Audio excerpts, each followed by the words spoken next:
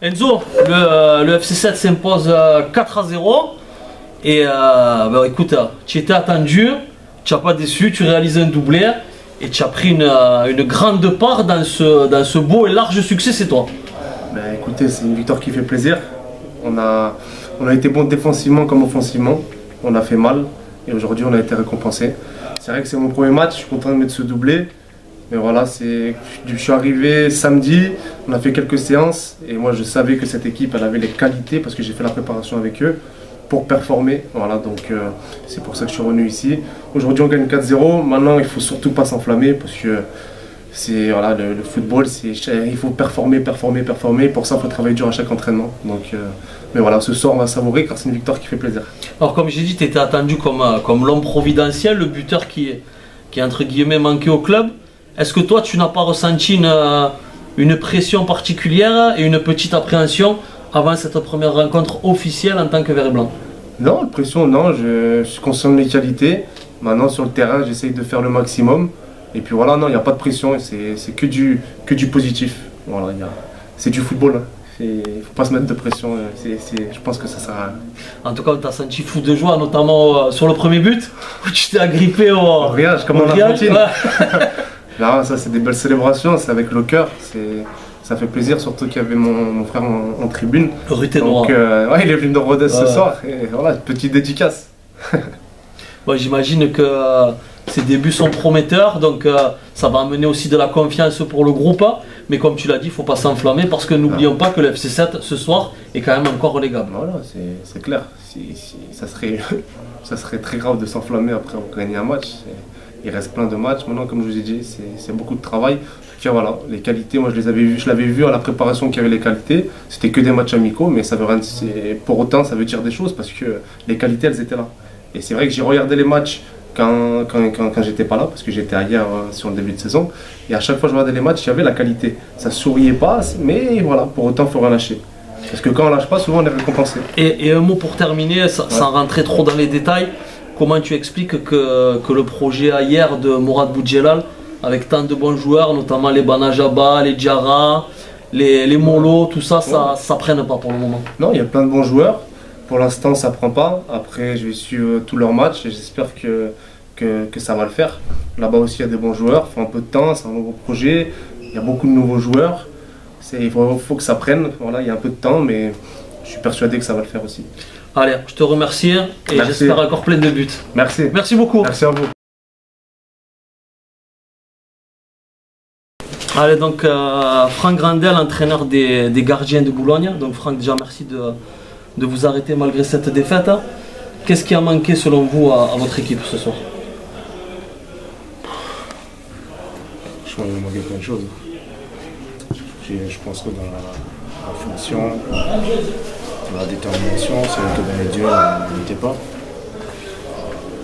Aujourd'hui, voilà, on est tombé face à une équipe qui avait peut-être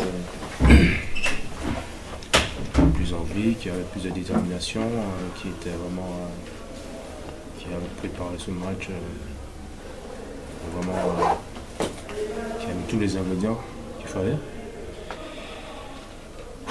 Aujourd'hui, c'est sûr, c'est vrai qu'on est très déçus parce qu'on était venu ici avec beaucoup d'intention après le match contre Châteauroux.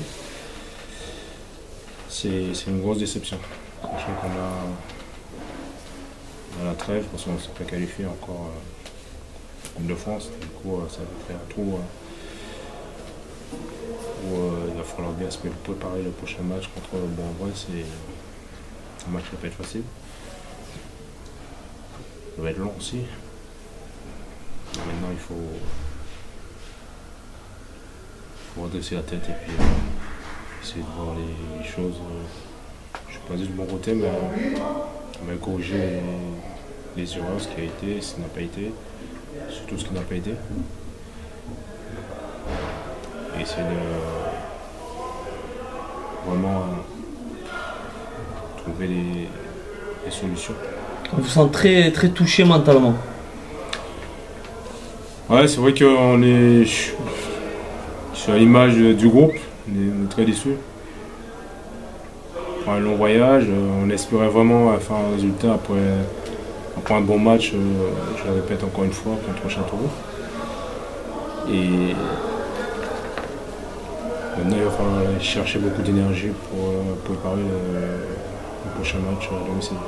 Pour terminer sur une note un petit peu plus sympathique, je vous ai connu à l'époque de Libourne, la belle épopée avec les Delgado, les Chalmé en Coupe de France.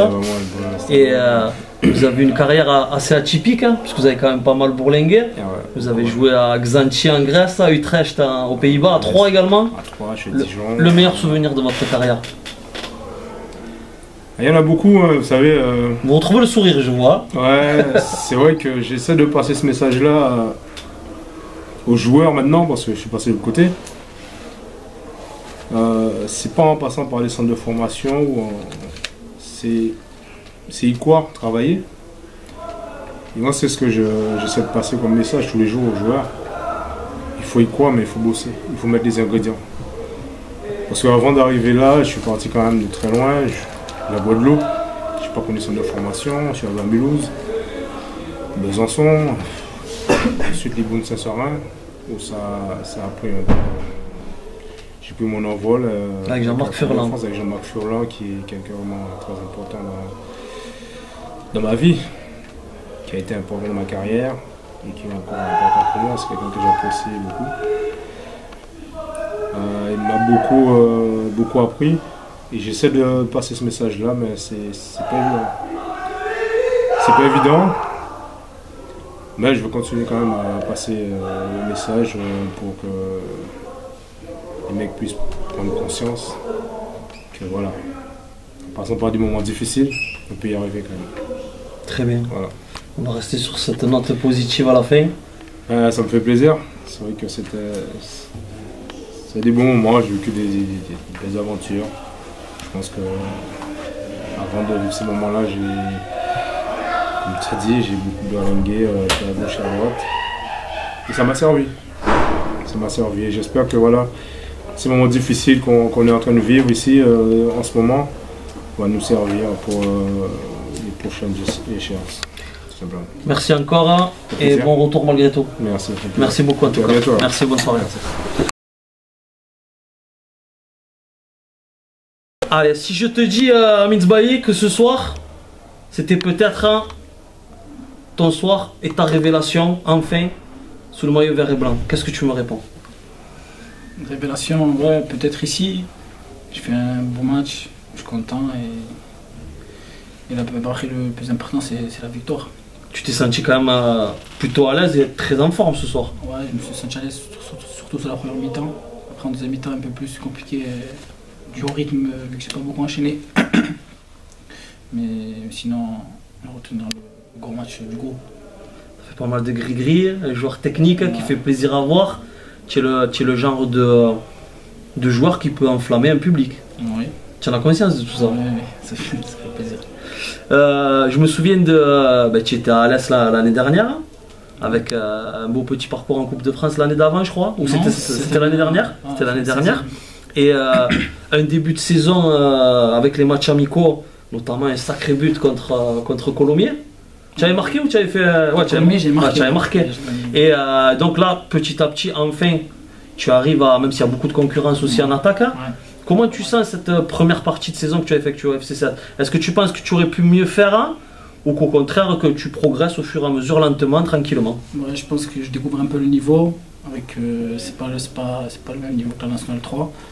Après, je pense que ça va monter petit à petit et après on est beaucoup de joueurs de qualité. Après, je pense que ça va venir avec le temps. Comment tu sentais le groupe avant cette confrontation face à Boulogne? Une équipe qui, il faut utiliser les mots, qui était en crise, qui ne connaissait plus la victoire. Tu sentais quand même le groupe prêt à rebondir ce soir ou au contraire tu étais inquiet?